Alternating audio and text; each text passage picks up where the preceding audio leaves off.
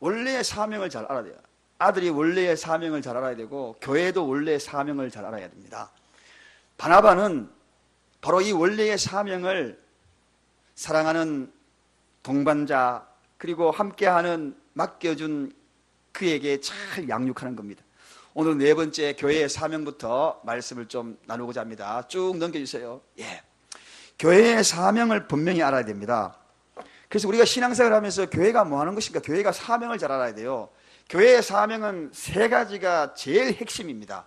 우리 다 같이 한번 읽어보겠습니다. 첫째, 시작. 주님을 예배하는 일이다. 세상을 복음화시키는 일이다. 주님을 닮도록 자라는 일이다. 자, 주님을 예배하는 것, 이것이 가장 교회의 첫 번째 사명입니다. 우리가 오늘 이 자리에 나와서 예배하는 것, 이게 교회의 첫 번째 사명입니다. 첫째 목적인 이 사명을 바나바가 제대로 인지하지 못하면, 여기에 모범을 보이지 못하면 자기에게 맡겨준 그 사람이 제대로 예배 생활을 할 수가 없습니다. 모델이 굉장히 중요하거든요. 맡겨준 모델, 그 사람이 어떻게 예배 생활하는가, 거기에 따라서 따라오거든요. 새 가족이 따라옵니다. 그래서 이 바나바는 모든 성도의 꽃이라 그랬는데 그 꽃을 보고 자꾸 따라다니는데 벌이 마치 따라오듯이 예배를 어떻게 드리는가, 이 모습을 새 가족은 유심히 보고 있다는 것입니다. 여러분, 우리가 지난주에요 찬양 경연대회를 했잖아요. 찬양 경연대회하고 어떤 집안은 그 집안의 주제곡이 바뀌었대요. 내게 강 같은 평화로. 그래가지고 손자들이 계속 할머니 내게 강 같은 평화 하자고. 여러분 닮거든요. 그래서 내게 강 같은 평화를 닮으니까 얼마나 좋아요. 그렇지만 제대로 닮지 못하고 나쁜 것을 닮으면은 수호신자들도 마찬가지 아이들하고 똑같아요. 그대로 보고 배운 대로 하는 겁니다. 내가 은연 중에 내가 한 일 그대로. 제가 가만히 보니까 제 멘토 목사님, 그 존경했던 목사님이 지금은 돌아가셨지만 어느 순간에 보니까 그분 스타일로 제가 그대로 따라가고 있더라고요. 이게 닮을 수밖에 없어요. 그래서 바나바를 바라보고 있기 때문에 새 가족은 바나바를 바라보고 계속 따라오는 겁니다. 예배를 어떻게 됐는가, 예배의 모범됨을 잘 지키고 있는가. 그래서 바나바는 예배의 모범을 보여야 한다. 두 번째, 복음을 전하는 일입니다. 이 세상 모든 사람에게 사명이 있습니다. 그것은 바로 복음을 전하는 일이고 제자 삼는 일입니다. 이거는 누구 예외가 없습니다. 아이고 목사님, 나는 절대로 전하는 재주가 없었어요. 그거는 재주하고 상관이 없습니다. 우리 주님이 맡겨주신 공통된 사명이기 때문에. 아까 우리 십자가의 전달자 마지막 그 곡을 부르면 저는 그 곡을 부를 때마다 자꾸 울컥거려가지고 십자가 전달자, 십자가의 사랑을 전하는 전달자, 마지막에도 그 찬양으로 다시 부르고 싶어요. 십자가 전달자. 십자가를 생각하면 전할 수 없는 마음이 안 생길 수가 없다는 것입니다. 죽어도 주를 위해 살아도 주를, 여기에 가서 가슴이 뭉클해. 사랑하는 여러분, 세상을 복음화시키는 일에 바나바는 기회가 되면 저렇게 복음을 전한가 보다 하고 새 가족한테 보여주는 것, 이거 굉장히 중요합니다. 자녀들에게도 그런 모습을 보여주는 것 굉장히 중요해요. 내만 잘 믿고 내만 잘 산다 이런 것이 아닙니다. 잘 보여주는 것이 굉장히 중요하다. 세 번째는 뭐가 중요합니까? 주님을 닮도록 하는 것, 주님을 닮도록 자라도록 하는 것, 이것이 교회의 삶이. 이 세 가지는, 교회가 존재하는 이 세 가지를 반드시, 이걸 다른 말로 바꾸면 주님을 닮도록 하는 게 뭡니까? 양육이라는 것입니다. 양육. 가르치는 것으로 교회는 끝나서는 안 됩니다. 아무리 가르쳐도 양육되지 아니하면 그 사람은 제대로 설 수가 없어요. 양육이라는 것은 우리가 새벽 시간에도 이야기했지만 이 말씀하고 아주 쉽게 설명이 될 수 있을 것 같아요. 치유와 치료는 다르다 그랬습니다. 치료는 일시적으로 고침을 받을 수 있어요. 오늘 이 시간에도 하나님의 성령의 능력으로 일시적으로 그 어떤 자가 병마에서 자유케 되는 그러한 은혜를 누릴 수 있어요. 이게 치료입니다. 그러나 병만 치료되어서 끝나는 것이 아니라 치유가 일어난다는 것입니다. 치유는 뭐냐? 한마디로 내 마음도 내 인격도 병뿐만 아니라 외적인 것뿐만 아니라 내 내적인 것까지도 치료되는 것, 이게 바로 치유입니다. 여러분, 그렇게 되기 위해서는 가르치는 것으로 끝나서는 안 되는 것입니다. 그게 양육이거든. 양육은 뭐냐? 몸으로 보여주는 겁니다. 예수님이 제자 삼을 때에 3년간 특별하게 그들에게 많은 것을 가르쳐주지 않았어요. 실제 몸으로 보여준 겁니다. 어떻게 섬기는지 제자들에게 무릎을 꿇고 그에게 다가가서 한 사람 한 사람 발을 닦여주고 손으로 닦아주고 때로는 슬플 때 울어주고 그 모든 모습이 바로 예수님이 양육하신 거예요. 3년의 양육의 힘이 얼마나 큰지 제자들은 그 양육을 통하여 목숨까지 버리는 제자가 되는 것입니다. 가르침을 통하여서는 결코 그렇게 될 수 없습니다. 사랑하는 여러분, 그래서 바나바는 이 양육, 즉 치유하는데, 그래서 치유는 단번에 이루어지는 게 아닙니다. 치료는 단번에 이루어지는 것이지만 치유는 지속적. 그래서 변화되는 것, 이게 바로 주님을 닮도록, 주님을 우리가 한목에 다 닮을 수 없거든요. 서서히 이렇게 깎이고 저렇게 깎이고 이렇게 변화되어서 치유되어서 그 다른 과정을 통하여 예수님을 닮아가는 것, 이게 바로 교회가 해야 될 가장 중요한 사명입니다. 자, 그렇다면 이 사명 가운데에서 우리가 특별히 제가 서두에 이야기했던 이 예배에 대해서 좀 더 깊숙이 다룹니다. 다음까지 넘어갑니다. 교회와 예배, 여러분 사명 중에서 교회가 감당 중에서 가장 소중한 것은 예배라고 했습니다. 그럼 우리가 이 예배를 어떻게 들어야 되는가? 예배 때마다 대상이 분명해야 합니다. 예배의 대상이 분명해야 돼요. 하나님이라는 그 대상이 분명해야 됩니다. 여러분 오늘 2단이 왜 2단이 시됩니까? 다른 것 아니죠. 하나님이라는 대상에서 슬쩍 빗나가는 것, 관역을 빗나가는 것을 성경은 히브리 말로 하마르티아라고 합니다. 이 말은 관역을 빗나가다, 죄라고 이야기합니다. 죄는 한마디로 관역을 빗나가는 겁니다. 예배가 관역을 빗나가면 안 돼요. 오늘날 이 예배가 관역을 빗나가기에 참다운 예배의 능력을 맛보지 못하고 예배의 진정한 그 은혜를 우리가 누리지 못하는, 오늘 이 시간에 이 예배의 관역에서 빗나가지 않기를 주님의 이름으로 축원드립니다. 어떤 프로그램도 어떤 환경도 이 예배의 관역에서 빗나가면 안 돼요. 대상은 오직 하나님.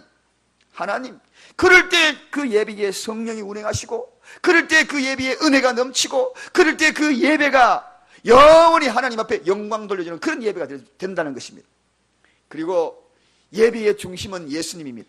여러분, 우리의 중심에서 벗어나지 아니하는 무게 중심이 오늘은 예수님으로 중심을 딱 삼아야 합니다. 그래서 이 예배 시간에 여러분의 마음의 중심에 다른 생각, 다른 잡념으로 사로잡지 않기를 주님으로 축원드립니다. 내 중심에 주님이, 예수님이 그 자리에 자리 잡고 있는 그것이 바로 진정한 예배의 모습이고 자세라는 이야기입니다. 그 다음에 이 예배의 의의가 몇 가지가 소개되고 있습니다. 우리 다 같이 1번 한번 읽겠습니다. 시작. 예배는 하나님과의 인격적인 영적 교제다. 오늘 이 시간에 또 예배에 대해서 미처 알지 못했던 분들도 예배에 대해서 분명히 아시기 바랍니다. 예배는 하나님과의 인격적인 영적 교제다. 어떤 분들은 특히나 젊은 아이들의 예배는 거의 감정적일 수가 많아요. 감정적으로 막 했는데 그 감정에 치우쳐서 예배를 끝났는데 의적인 결단도 없고, 그리고 인격적인 만남도 없고, 즉 지성도 없고 오직 감정으로만 예배드린다. 그건 예배의 모순이죠. 인격적이라는 것은 항상 말씀을 드렸습니다만 세 가지입니다. 지성, 감정, 의지, 이 세 가지가 바로 인격적이다. 하나님과의 인격, 이 세 가지가 동시에 만나졌을 때에 제대로 된 예배입니다. 어떤 분은 감정도 없어, 그냥 이거 제대로 된 예배가 아니에요.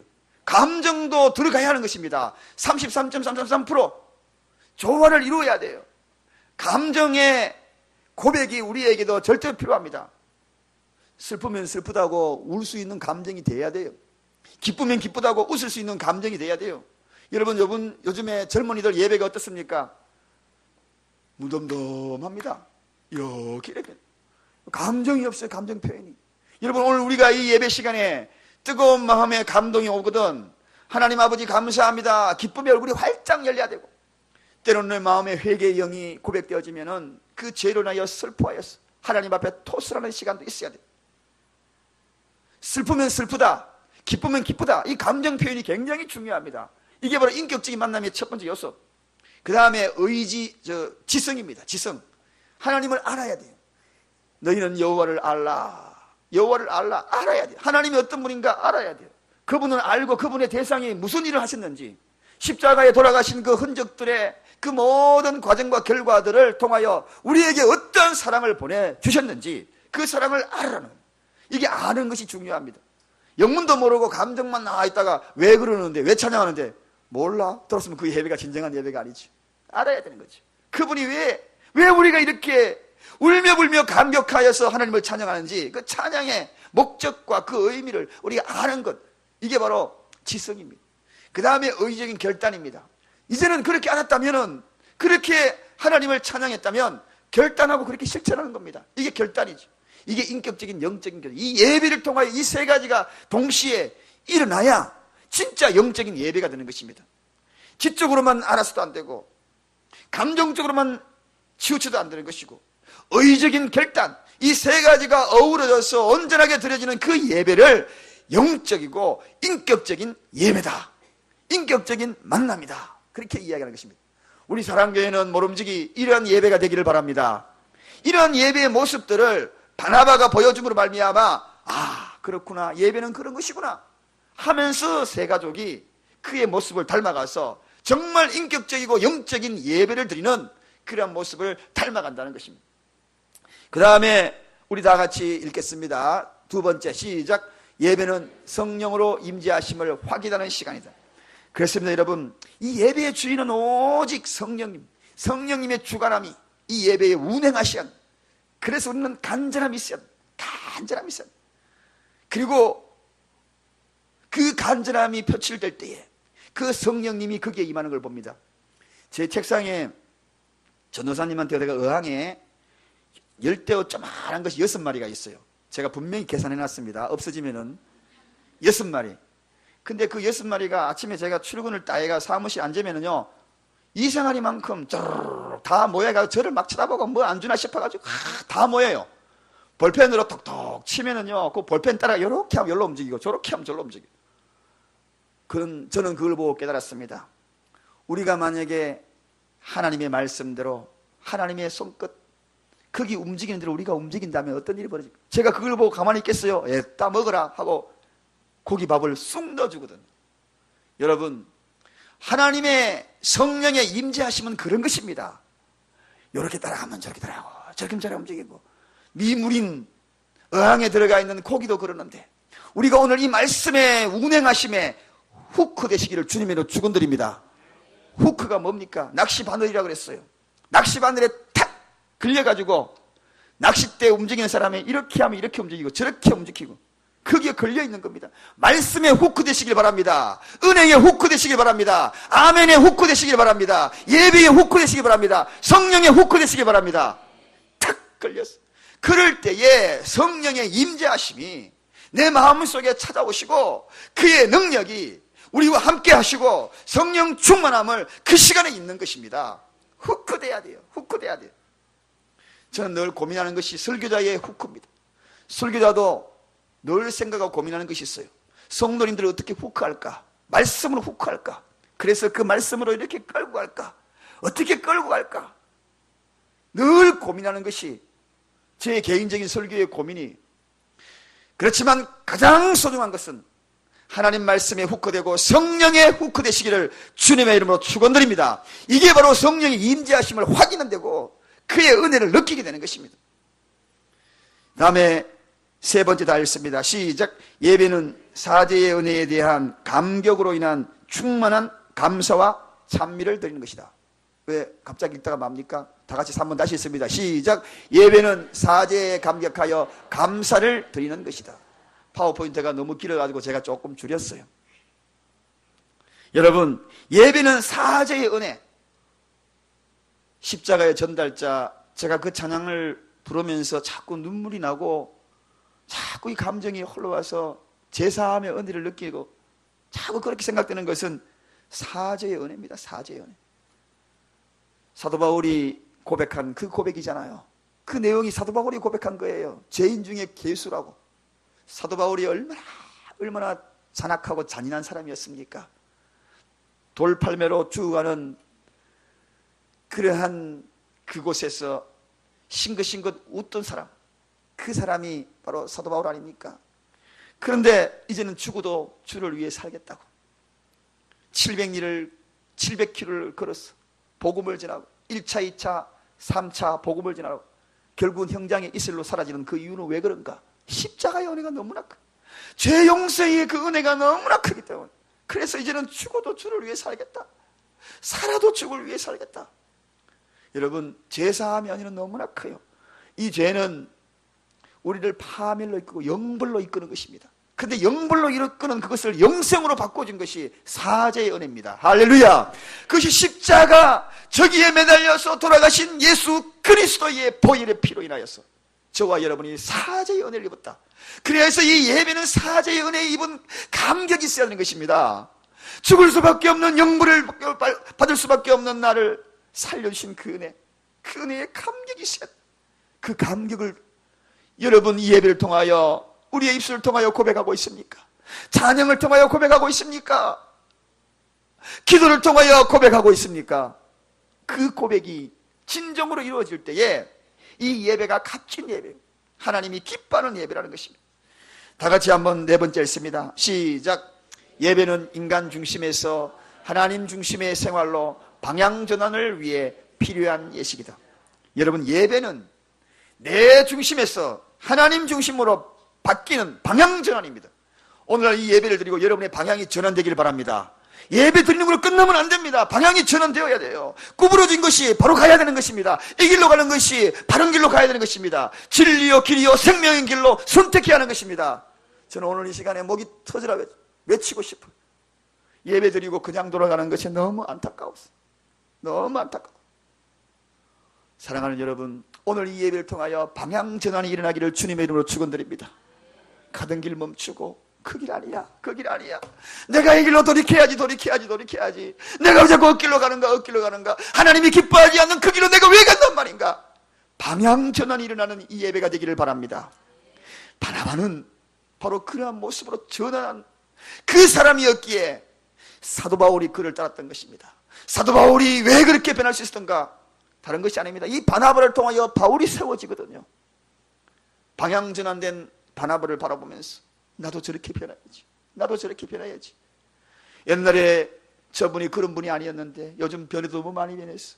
나도 저렇게 예수 한번 믿어봐야지. 방향이 완전히 전환되었어. 이제는 나도 저분처럼 한번 믿어봐야지. 이런 자가 바나바. 바로 이 바나바가 그러니까 성도의 꽃이죠. 우리의 꽃이에요. 그 어떤 것보다도, 목사보다도 최고의 꽃은 뭐냐? 바나바입니다. 바나바를 위하여 달려가시기를 주님으로 축원드립니다. 방향 전환된 모습으로 달려가는 저와 여러분이 되십시다. 할렐루야. 그 다음에 다섯 번째 다 같이 했습니다. 시작. 예배는 세상에 이끌려 해이해진 심령 참회함으로 하나님으로부터 새로운 힘을 받는 시간이다. 여러분, 세상에 끌려다니던 거기에 잣대를 끊어버리고, 그리고 이제는 하나님으로부터 새 힘을 공급받는 시간이 예배 시간입니다. 오늘 이 시간에 예배 드림으로 여러분 새 힘을 공급받고 돌아가시길 바랍니다. 예배 안 드린 자와 예배 드린 자와 질적으로 달라져 가야 합니다. 예배 드린 자가 더 힘 빠지게 돌아가고, 예배 드린 자가 집에 가가지고 더 쳐져버리고 안 돼요. 예배 드린 자는 새 힘을 공급받아 가야 합니다. 성령의 후크되었기에 성령의 능력으로, 성령의 권능으로 바로 예배자는 새 힘을 공급받고 가야 하는 것입니다. 오늘 하루 예배 드림으로 어떤 분은 그래요. 주일 예배 드려가지고 피곤해가지고 월요일 더 피곤하다고. 천만에 만만에 모를 말씀입니다. 정말 예배 드리면, 제대로 된 예배 드리면, 오늘 이와 같은 예배 드리면, 성령의 후크된 예배 드리면, 성령의 운행하심과 임재하심에 경험된 이 예배 드리면, 예수 중심의 예배 드리면, 하나님을 대상으로 드리는 이 예배 드리면 힘을 공급받게 하는 것입니다. 새 힘을 공급받게 하는 것입니다. 이것이 바로 예배의 목적이고, 이것이 바로 예배의 의의입니다. 오늘 우리가 이 예배를 드리고 이런 힘을 공급받아 집으로 돌아가시길 바랍니다. 거뜬하게 한 주 동안에 에너지가 충만해서 가시기 바랍니다. 돌아가실 때에 신바람 나게 돌아가시기 바랍니다. 여섯 번째입니다. 다 같이 읽습니다. 시작. 예배는 주도 하나요, 믿음도 하나요, 세례도 하나예요. 재확인하는 제사이다. 주도 하나요. 오늘 우리가 여기에 믿음도 하나로 다 모였습니다. 주님을 하나로 모시는 사랑하는 성도 여러분, 그래서 성찬식 할 때 하나됨을 선포하는 것이 성찬식의 목적이에요. 예수님이 이 땅에 오셔서 주님과 우리도 하나가 되었고 우리 온 교우들도 하나가 되었고, 그래서 그의 몸을 찢는 겁니다. 하나된 모습으로 한 몸을 찢는 거예요. 우리 교우들 이 예배를 통하여 모두가 다 믿음이 하나인 것을 선포하십시다. 이스라엘 백성들이요, 가나안으로 진군해 나갈 때에 그들이 동떨어진 그러한 백성들이, 뒤처진 백성들이 있었어요. 그 뒤처진 백성들, 그들은 아말렉 족속에게 잡혀가지고 소리 없이 죽어갔습니다. 여러분, 이 공동체에 뒤처지지 말고 우리가 예배도 하나요, 주도 하나요, 믿음도 하나요, 세례도 하나가 되어서 믿음을 재확인하고 하나가 된 공동체를 재확인하는 것, 이것이 바로 예배의 목적입니다. 오늘 우리는 이 예배를 통하여 우리가 다시 하나됨을 선포하십시다. 우리 사랑교회가 하나됨을 선포하십시다. 실족하고 낙심한 자들 이끌어주고 손에 손을 잡고 함께 주님을 바라보고 예배의 성공자가 될 수 있도록, 함께 성령의 은혜를 누릴 수 있도록, 함께 기도의 능력을 체험할 수 있도록 서로서로가 이끌어주고 격려해주고 독려해주고 위로해주고 쓰다듬어주고 안아주고, 이야기 아멘 할 때까지 안아주고 이끌어주고. 초대교회 이야기했지요. 초대교회는 아멘의 소리가 우레와 같았다고. 우레와 같았다. 천둥 번개와 같았다고. 그 아멘 소리 하나에 한 길로 왔던 악한 영들, 악한 생각들이 7길로 도망가는 역사가 있는 교회가 되기를 원합니다. 아멘! 살아 역사하시는 교회는 아멘이 넘치는 교회예요. 성령이 역사하시는 교회는 아멘이 넘치는 교회입니다. 우리 교회가 그런 교회가 되기를 원합니다. 기도 충만, 아멘 충만, 성령 충만, 이 다 충만이에요. 전부 충만하십시다. 사랑 충만. 이게 예배의 오늘 중요한 메시지입니다. 자, 그 다음에 예배자의 태도에 대해서 말씀을 좀 나눕니다. 교회 생활에 주의할 점,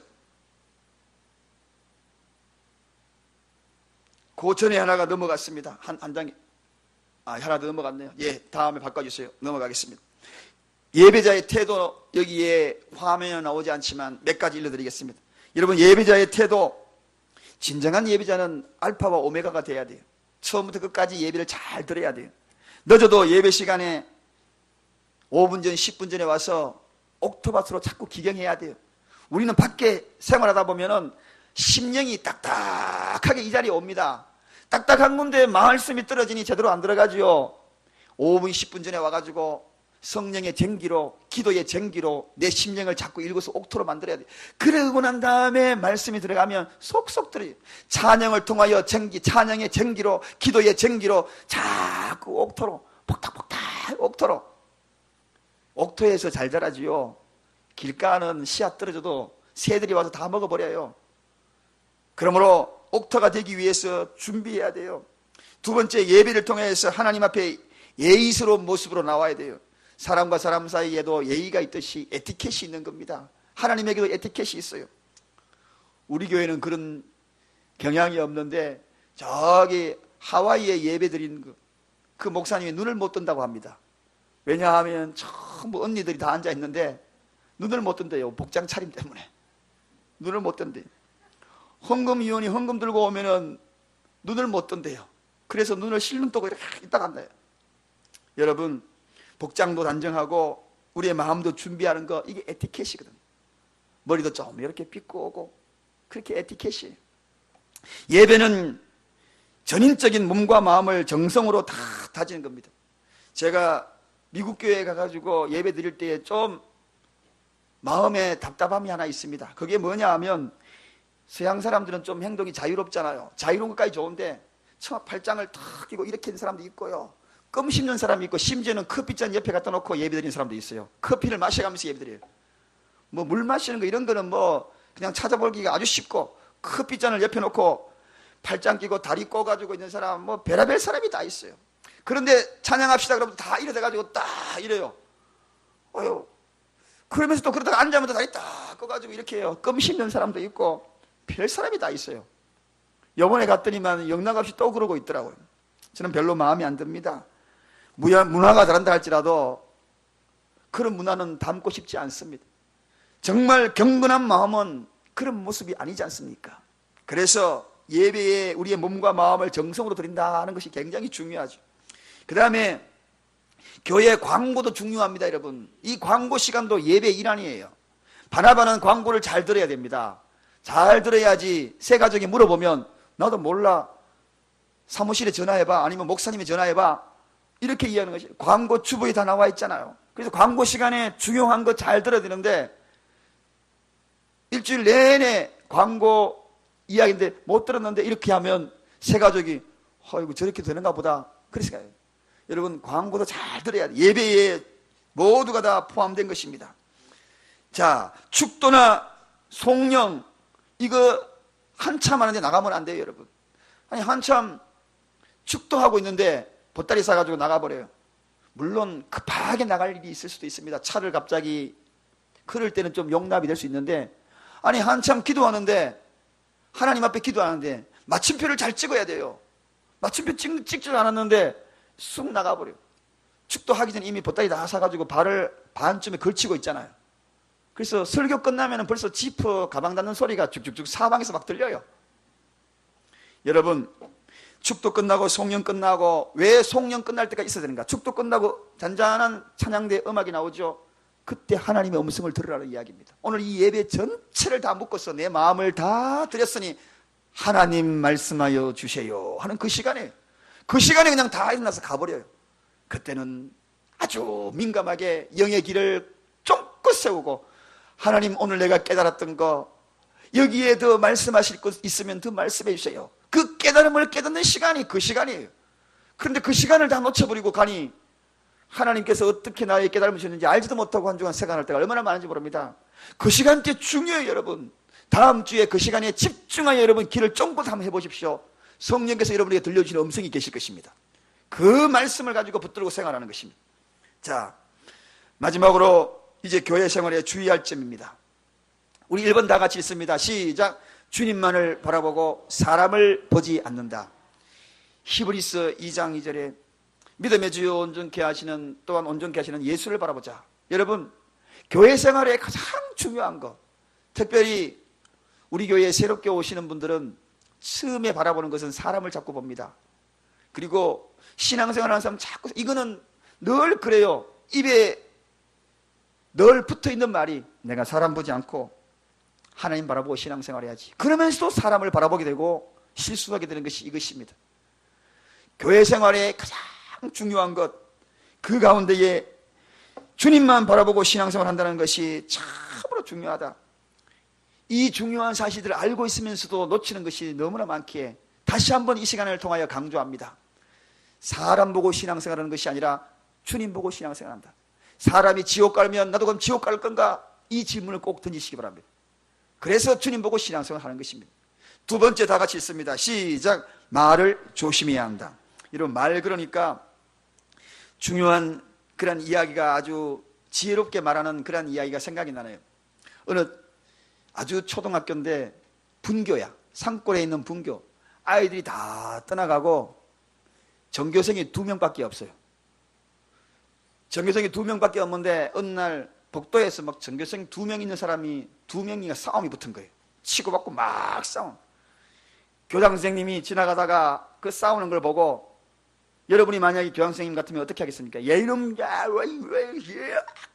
막 이렇게 혼낼 수 있는데, 그 교장 선생님이 둘이를 불러가지고 이렇게 한마디를 던졌대요. 그러니까 애들이 싸움을 뚝 꺼치고 각기 책보따리를 들고 교실로 들어가더라는 것입니다. 야, 전교 1등, 2등 한 애들이 싸우면 돼? 그러더래요. 아, 그 말 딱 들으니까 기분이 얼마나 좋아요. 전교 1등, 2등. 그러니까 아무 말도 안 하고 책보따리 딱 끼고 들어가 자리에 딱 앉더래요. 똑같은 말을 해도 여러분, 말 가치가 다르잖아요. 우리가 이 말이라는 게 참 이렇습니다. 같은 말을 이렇게 행복하게 만들고 싸움을 또 끝이게 하고, 걔들은 자부심이 얼마나 그래, 내가 전교 1등이지, 아이고 내가 전교 2등이지, 공부해야지. 여러분, 말을 조심해야 합니다. 우리 교회는 말에 대한 캠페인을 많이 하고 있지요. 그래서 우리 교회는 말에 대한 이야기가 더 이상의, 말로 인하여 상처 주고 상처받았다는 이야기 더 이상이 안 나왔으면 좋겠어요. 이왕에 이야기할 바에야 행복하게 말해주는 그러한 이야기가 우리 교회에 가득했으면 좋겠습니다. 가득했으면 좋겠습니다. 그 다음에 세 번째입니다. 다른 사람과 비교하지 않는다. 비교하는 만큼 그 사람이 상처를 주는 거 없어요. 여러분 솔직히 저 남편은 얼마 벌어오는데 당신이 얼마 벌어왔지? 이렇게 이야기하면은 남자들 진짜 기분 나빠요. 그러면은 니 다 해먹으라 그러고 그냥 던지고 나갑니다. 비교하는 것은 참으로 좋지 않습니다. 여러분, 어느 아내가 남편에게 이런 이야기 했대요. 여보, 옆집 여자는 정말 행복할 거야. 뭐 그렇게 행복한데? 남편이 퇴근할 때마다 비싼 화장품을 사준대. 그러니까 이 남편이 그래 비싼 화장품 사준다고 해서 뭐 행복하냐? 얼마나 행복하겠어. 당신은 뭐 사주는 거 있어? 딱 그러더래요. 어제한 것 같으면 남편이 그냥 화내가지고 그러면 그 집 남자하고 살아라. 대부분 남자들 이렇게 이야기하잖아요. 그러면 그 남자가 좋으면 그 집 남자한테 가라. 그런 이야기 들어본 분들 종종 있으시지요. 그런데 이 남편이 또 현명해. 말을 지혜롭게, 여보, 저 옆집 여자가 얼마나 불쌍한지 알아. 뭐가 불쌍해? 행복하고 막. 그러니까 얼마나 못났으면 화장빨 받으라고 남편이 그렇게 사줄까. 당신은 화장품을 안 발라도 그렇게 이뻐. 야 하고 이렇게 쳐다보니까 그냥 웃고 지나가면서 다시 회복이 되었더래요. 여러분, 비교하는 것은 굉장히 좋지 못하거든요. 신앙생활에 비교하면 안 돼요. 저 집사님은 신앙생활 잘한 당신은 뭐야? 그러면 그때부터 그 사람 상처 입어요. 다른 사람 남편들은 새벽 예배도 잘 나온다 하더만 당신은 주일도 예배 안 나와. 그냥 주일 예배 여보 나갑시다 이렇게 이야기하면 비교가 안 되잖아요. 그런데 당신 남편 이웃에 누구누구 집사님 남편은 새벽 예배도 나간다더만 당신은 뭐야? 이렇게 하면은 마음에 더 상처가 돼가지고 그 발걸음이 더 더디어져요. 비교하지 말고 하는 것이 중요합니다. 그 다음에 네 번째 다 같이 있습니다. 시작. 금전거래를 삼간다. 여러분, 특히 바나바하고 세 가족의 관계성 속에서 금전거래가 일어날 수 있습니다. 죄송하지만 정중히 거절하시기 바랍니다. 금전관계가 얽히면 사람 잃고 돈 잃고, 다 같이 따라 하십시다. 사람 잃고 돈 잃고. 제가요 지금은 뭐 그런 돈도 없지만은 옛날에 지금까지 뜯긴 돈만 하더라도 한 1억, 아이고 제 아내가 또 듣고 있네.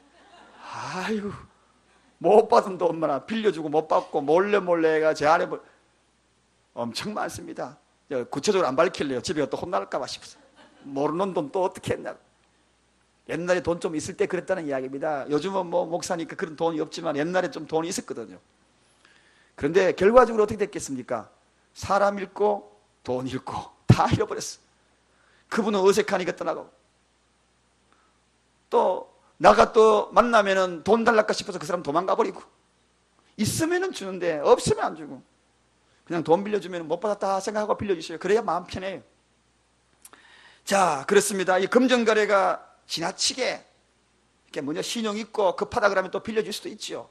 그렇지만은 그것이 하나의 어떤 올무가 되기 쉽다는 거 여러분 잊지 마시기 바랍니다. 교회에서 이것이 너무 얽히고 설켜 있으면 신앙생활에 방해 요소가 참 많이 됩니다. 특히나 새가족하고 이 일들이 얽히면 새가족은 100% 사람 잃고 돈 잃는다. 그리고 기존에 관계된 사람은 조금 이해할 수는 있지만 그러나 그것도 위험의 요소가 있다는 것입니다. 자, 이제 말씀을 다 정리합니다. 바나바, 예배의 모범이 되고 교회생활은 어떻게 되는가? 예배의 태도에 대해서 이야기를 나누었습니다. 오늘 이 말씀을 잘 알고 교회의 사명과 예배의 태도, 그리고 교회 생활에 주의할 내용들, 이러한 내용들로 우리의 것으로 삼는 저와 여러분의 시기를 주님의 이름으로 간절히 축원드립니다. 기도하겠습니다.